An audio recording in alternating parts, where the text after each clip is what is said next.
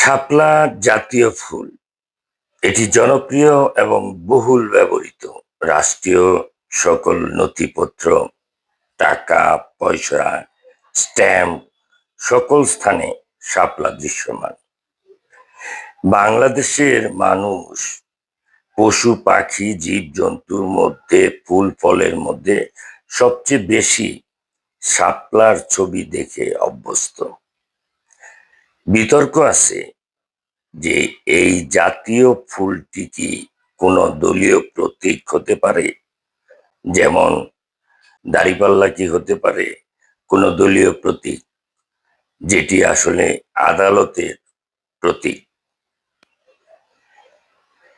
তো সরকারি ছত্রছায়ায় পরিপুষ্ট হওয়া, বেড়ে ওঠা এবং বাড়তে থাকা যে এনসিপি দল, তারা তাদের দলীয় প্রতীক হিসাবে শাপলা দাবি করেছেন নির্বাচন কমিশনে। দ্বিতীয় এবং তৃতীয় পছন্দ তাদের কলম ও মোবাইল, কিন্তু তাদের আশাবাদ, প্রচন্ড আশাবাদী তারা, শাপলাই তাদের দলীয় প্রতীক হবে এবং এই প্রতীক নিয়ে তারা আগামী জাতীয় সংসদ নির্বাচনে ৩০০ আসনে জয়ী হয়ে সরকার গঠন করবে। এই দৃঢ় প্রত্যয় ঝরে পড়ল নাসির উদ্দিন পাটোয়ারির কণ্ঠে। আমরা আমাদের দলীয় প্রতীকের ক্ষেত্রে শাপলাকে প্রাথমিক দিয়েছি। ৩০০ আসন এনসিপির ঘরে থাকবে ইনশাল্লাহ। এনসিপির নেতৃত্বে নতুন সরকার গঠন হবে।